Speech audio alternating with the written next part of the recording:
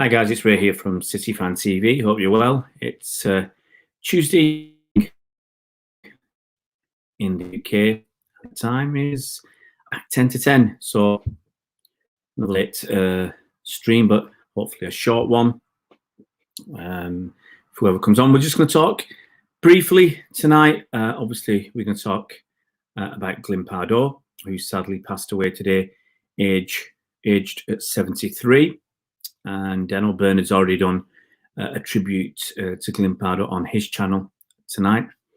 And as well as that, talk a little bit about bits and pieces, any little bits of transfer news that's out there. And it'd be interesting to see if anybody's been watching the Bundesliga today. And Bayern Munich were playing Dortmund. I watched the first half that, a little bit of the second half, saw a bit of Sancho, saw a bit of Haaland.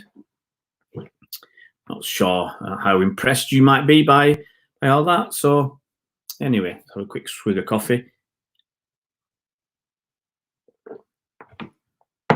Give people a chance to come on. But I'm going to get straight into it. Hi, Sean. Hi, Jason. Hope you guys are well. Let's get into obviously Glyn Pardoe has passed away. I'm sure most of you have heard. You can go and check Bernard's tribute on his channel, and you obviously there's lots out there on the City website as well. And he's a really nice guy. I'm just telling what bits and pieces of what I know from recent times. I mean, if you'd ask for pictures, I think Mike Long from Boat from the Blue, I think he's got a picture with off the top of my head when we went to the Chelsea game when we beat them 6-0, I think.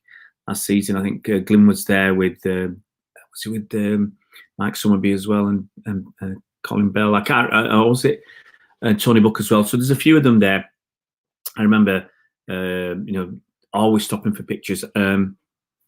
Thanks, Jason. Hi, Chris. Hope you're well. Yeah. So he's like Tony Book, very, very accommodating. Always there for pictures. It was good, good stuff. So I'm just going to talk a little bit about him, not too much, because let's be honest, he was kind of before my time as well, because I started supporting City in the early to mid 70s because I've said many times my cousin was a City fan. That's good enough for me. You look up to your parents and your cousins and whatever. So I looked up to him. So I started supporting City about 1973, I reckon. But I didn't start really going to the odd game until the late 70s, I think 79 or something like that. And so by that stage, Glyn Pardoe, his career at City was always a one team man. City for about 16 years. If you go on, you can have a look on Wikipedia if you want, guys. Obviously, plenty of information there. He played for City between 62 and 74. I think he stayed on a little bit longer, but that was the main thing of it. But he was not even 16 years old when he started playing football for City. Played against Birmingham in April 62. It's 15 years and something, and it's still a record. That's unlikely to be. I can't see it being beaten. I can't see it being beaten. But he started off as a forward and finished off as a full-back in the 1970 League final. A little bit about him, without going into too much, because it's something that you really want someone who was there at the time. Bernard would have seen him play a lot more than me. I'd only seen Montelli, and then obviously you've seen stuff on the official channel.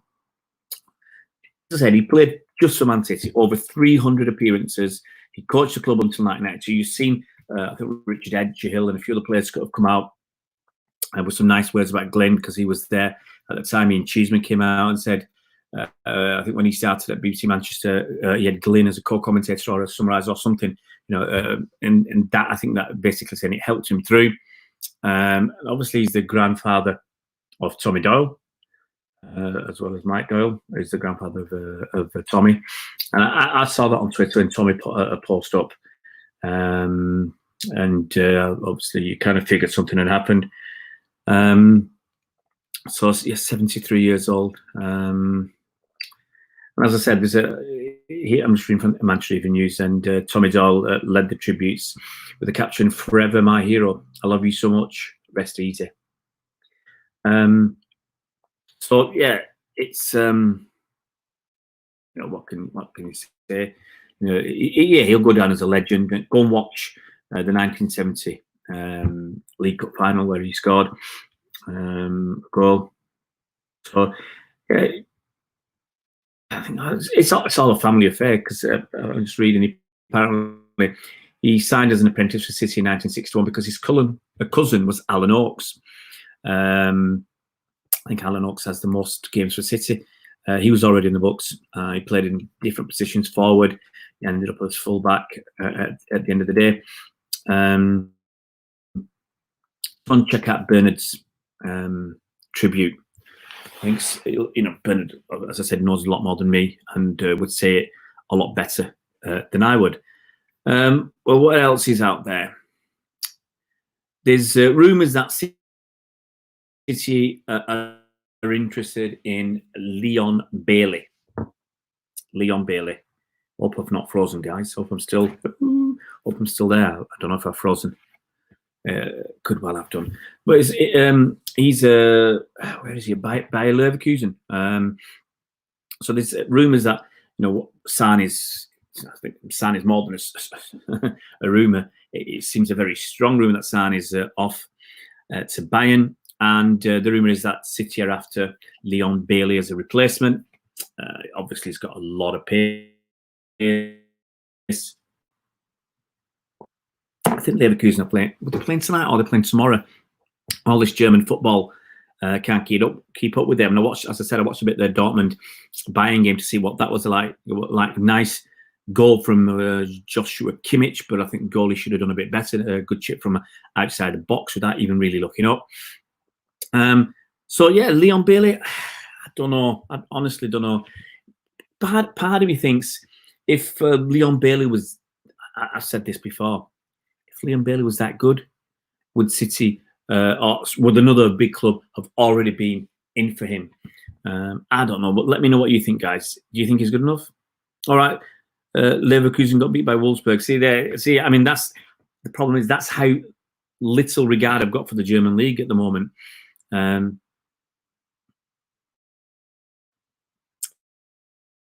I disagree, Danny. Danny says we don't need to invest in our attack.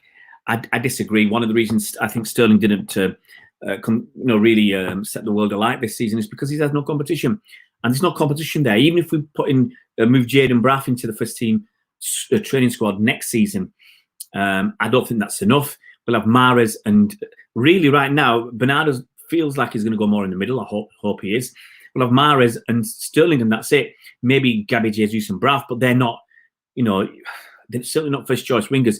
I want somebody else who's going to come in and be a very strong competitor, someone who's going to come in and wrestle a place or fight for a place with the incumbents, which is, as I said, Sterling and Riyad Mahrez. So I don't know.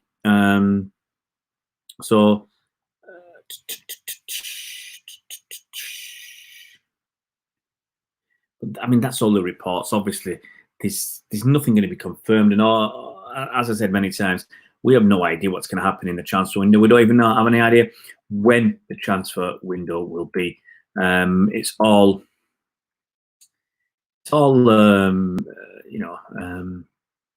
rumor.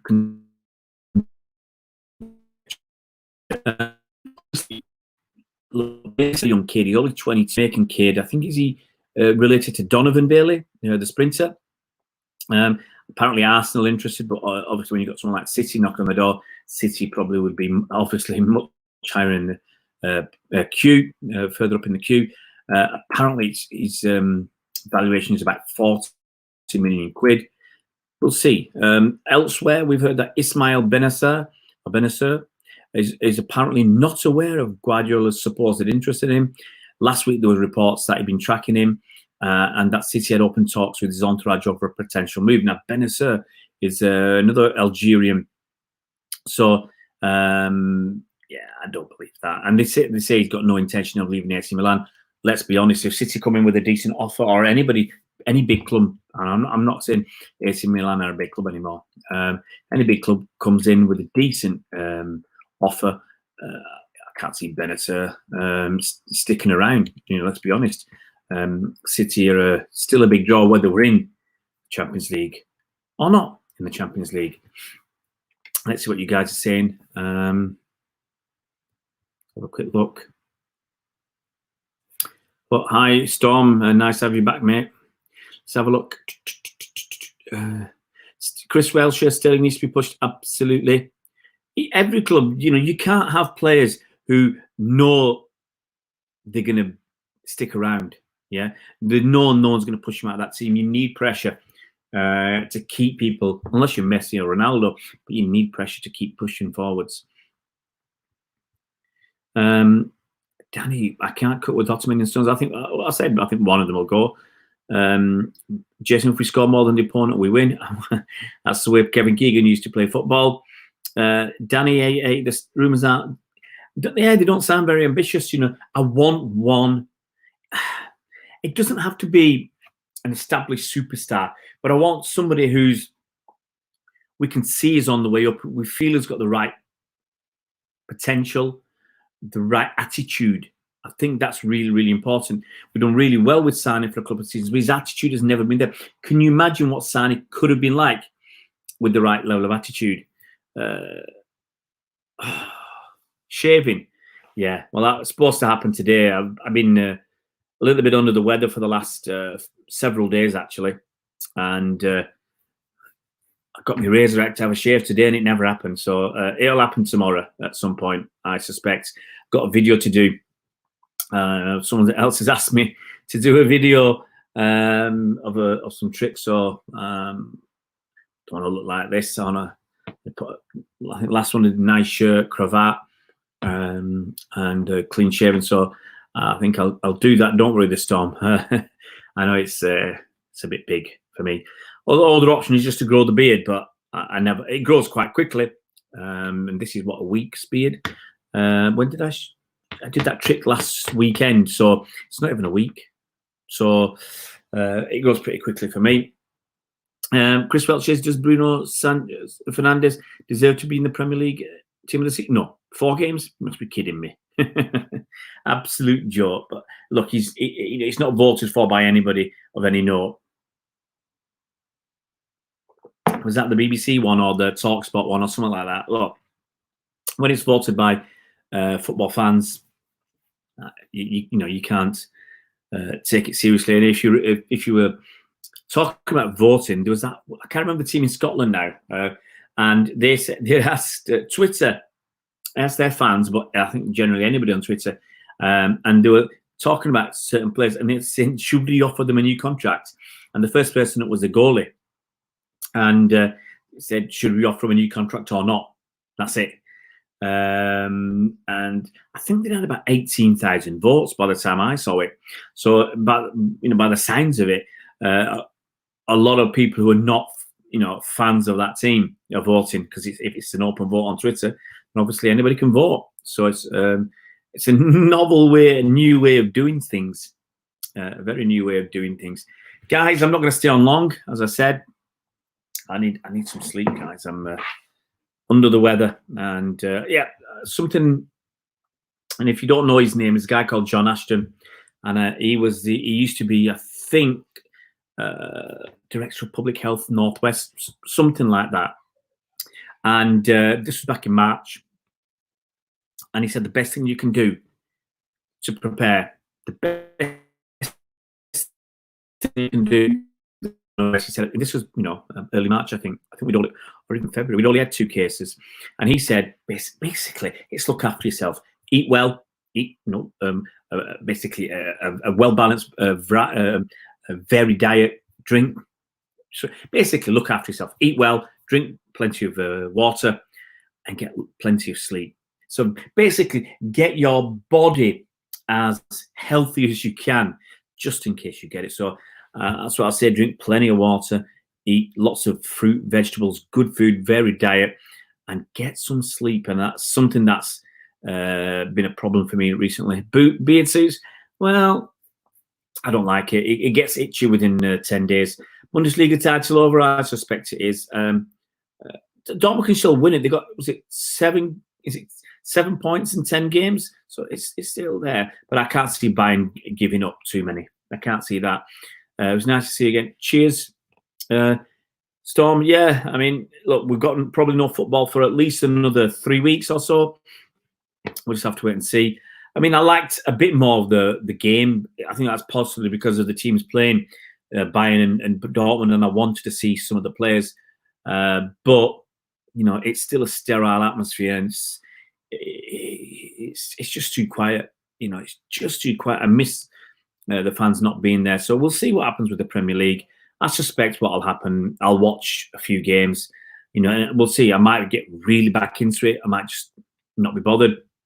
But at least I'm going to get some money back off Man City because I've got my season card with the women's team, 3 season cards for the men's. I'm getting some money back there. Get some money back for the Real Madrid game, and I get some money back for the delivery that I was supposed to pick up that I couldn't because of this coronavirus. So hopefully I'll get a couple of £100 back in my bank account. It's better off in mine than theirs because I have no idea when we're going to go and watch football again. Guys, look after yourselves. Take care. And at some point, no doubt, see you guys tomorrow. Thanks very much.